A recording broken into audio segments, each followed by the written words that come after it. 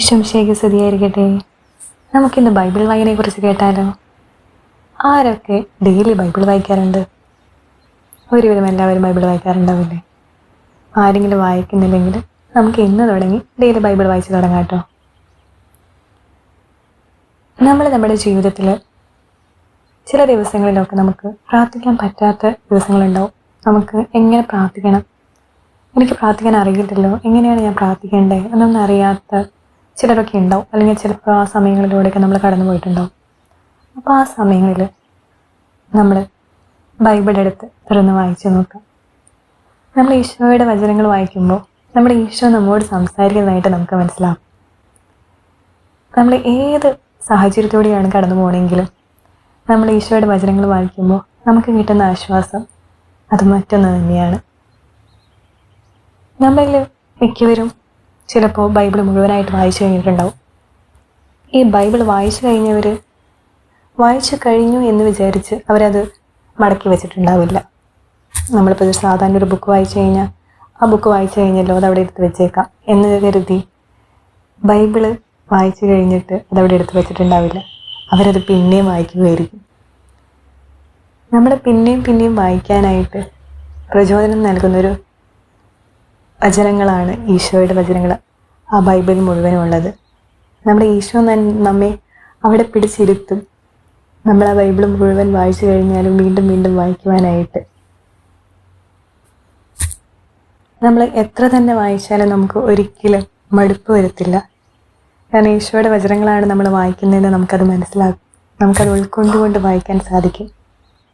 ബൈബിളിൽ പഴയ നിയമമുണ്ട്, പുതിയ നിയമമുണ്ട്, എല്ലാവർക്കും അറിയാതെ. പഴയ നിയമം നിങ്ങൾ വായിച്ചു തുടങ്ങുമ്പോൾ നിങ്ങൾക്ക് കുറച്ച് കൺഫ്യൂഷൻസൊക്കെ വരാം. കാരണം അതിനകത്ത് കുറേയധികം പേരുകളുണ്ട്, കുറേ നമ്പറുകളുണ്ട്, രാജാക്കന്മാരുടെ പേരുകളുണ്ട്. അതൊക്കെ വായിക്കുമ്പോൾ നിങ്ങൾക്ക് കൺഫ്യൂഷൻ തോന്നാം. പക്ഷെ അത് വായിച്ച് വരുമ്പോൾ ഒരു കഥ പോലെ നമുക്കത് മനസ്സിലാക്കാൻ സാധിക്കും. പുതിയ നിയമം ഒരുവിധം എല്ലാവർക്കും വായിക്കാൻ ഇഷ്ടമായിരിക്കും.